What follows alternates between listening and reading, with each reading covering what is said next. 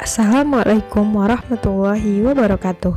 Hai Ananda terkasih, tersayang, tersoleh dan soleha.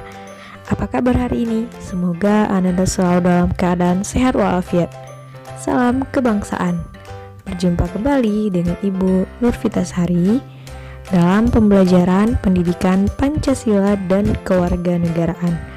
Sebelum memulai pembelajaran, silakan Ananda berdoa dan menyiapkan buku serta alat tulisnya ya. Ayo kita mulai belajar.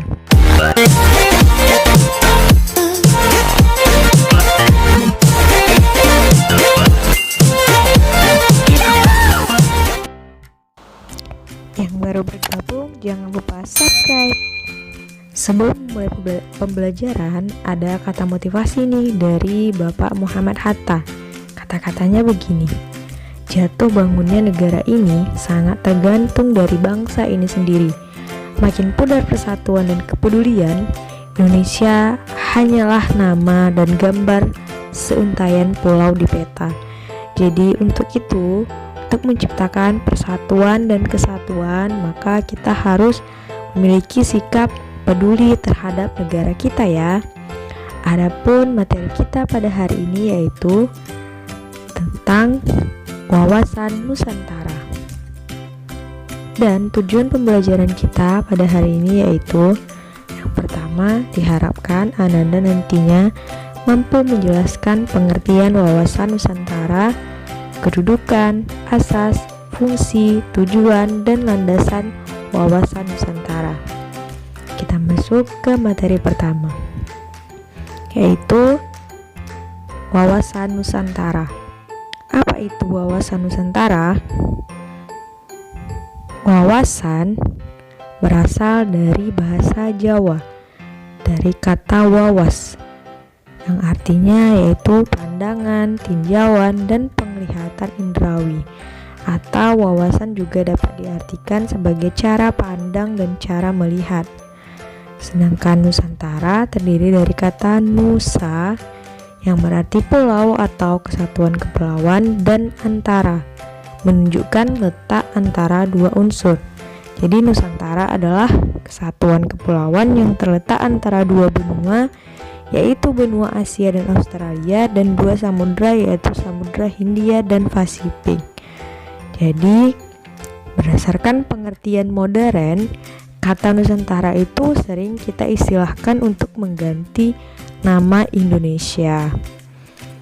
Nah, adapun pengertian menurut yang pertama, Lemhanas atau Lembaga Pertahanan Nasional tahun 1999, wawasan Nusantara itu adalah cara pandang bangsa Indonesia mengenai diri dan lingkungannya yang serba beragam dan bernilai strategis dengan mengutamakan persatuan dan kesatuan bangsa serta kesatuan wilayah dalam penyelenggaraan kehidupan bermasyarakat, berbangsa, dan bernegara untuk mencapai tujuan nasional. Kemudian yang kedua, menurut GBHN atau Garis Besar Haluan Negara tahun 1998, wawasan Nusantara itu adalah cara pandang bangsa Indonesia mengenai diri dan lingkungannya dengan dalam penyelenggaraan kehidupan bermasyarakat, berbangsa, dan bernegara.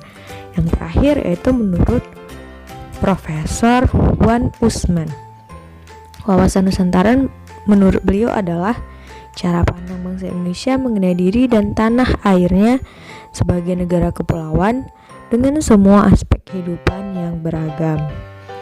Nah, jadi dari beberapa pengertian tersebut dapat kita simpulkan bahwa wawasan Nusantara itu adalah cara pandang bangsa Indonesia mengenai diri dan lingkungannya sebagai negara kepulauan dengan semua aspek kehidupan yang beragam berdasarkan Pancasila dan Undang-Undang Dasar Negara Republik Indonesia tahun 1945.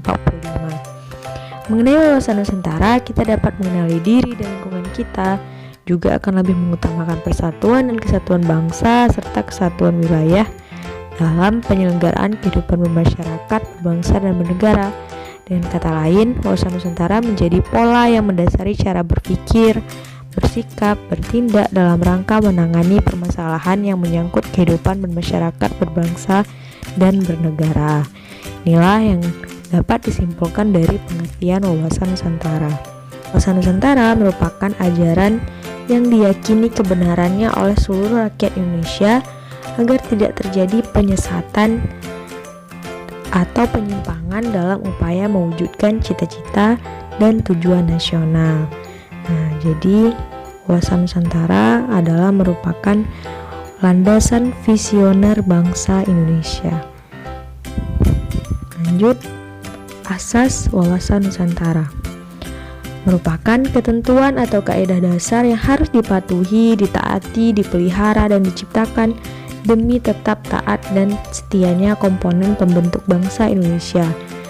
Jika asas wawasan Nusantara diabaikan, maka komponen pembentuk kesepakatan bersama akan melanggar kesepakatan bersama tersebut, yang berarti tercerai-berainya bangsa dan negara Indonesia.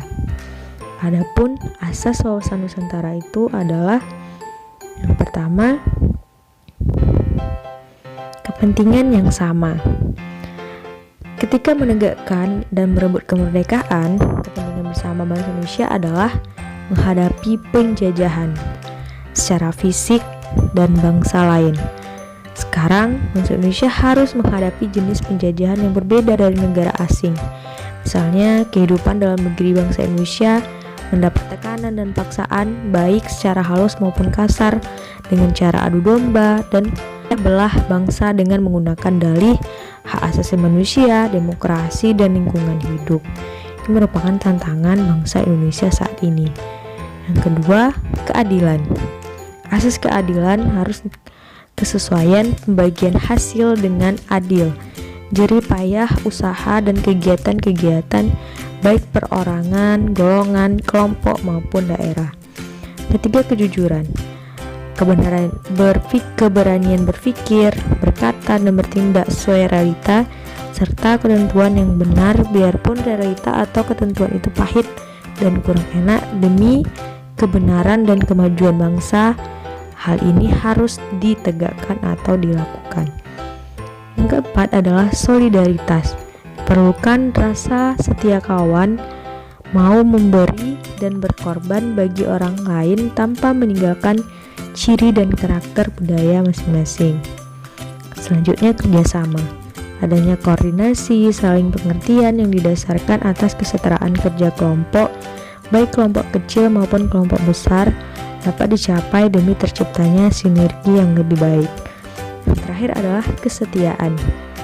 Kesetiaan terhadap kesepakatan bersama untuk menjadi bangsa dan mendirikan negara Indonesia dimulai dengan Budi Utomo tahun 1908, Sumpah Pemuda tahun 1928, dan Proklamasi Kemerdekaan tanggal 17 Agustus 1945. Kesetiaan terhadap kesepakatan bersama ini sangatlah penting dan menjadi tonggak utama terciptanya persatuan dan kesatuan dalam kebinekaan. Nah, untuk mengingat asas dari wawasan Nusantara ini, ingat aja kata kuncinya K5S.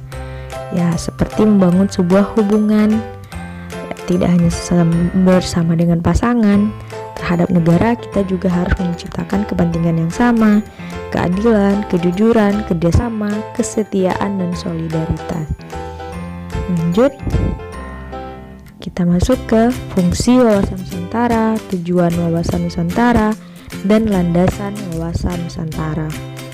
Adapun fungsi wawasan Nusantara adalah sebagai pedoman, motivasi, dorongan, serta rambu-rambu dalam menentukan segala kebijaksanaan, keputusan, tindakan, dan perbuatan bagi penyelenggara negara. Dalam melaksanakan pemerintahan, pemerintah pusat dan daerah harus melaksanakan sesuai dengan fungsi wawasan Nusantara. Adapun tujuan wawasan Nusantara itu adalah untuk mewujudkan nasionalisme dalam segala aspek kehidupan rakyat Indonesia, agar lebih mengutamakan kepentingan nasional daripada kepentingan individu, kelompok, suku, bangsa, atau daerahnya. Dan yang terakhir adalah landasan wawasan Nusantara. Landasannya dibagi menjadi dua, ada landasan ideal yaitu Pancasila dan landasan konstitusional yaitu Undang-Undang Dasar Negara Republik Indonesia tahun 1945. Inilah pembahasan kita pada hari ini. Adapun kesimpulan atau ringkasan dari materi kita yaitu yang pertama pengertian wawasan Nusantara, yaitu cara pandang bangsa Indonesia mengenai diri dan lingkungannya sebagai negara kepulauan dengan semua aspek kehidupan yang beragam berdasarkan Pancasila dan Undang-Undang Dasar Negara Republik Indonesia tahun 1945. Diingat ya Ananda.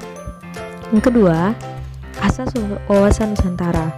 Asas merupakan ketentuan atau kaidah dasar yang harus dipatuhi, ditaati, dipelihara, dan diciptakan demi tetap tegaknya dan setianya komponen pembentuk bangsa Indonesia terhadap kesepakatan bersama.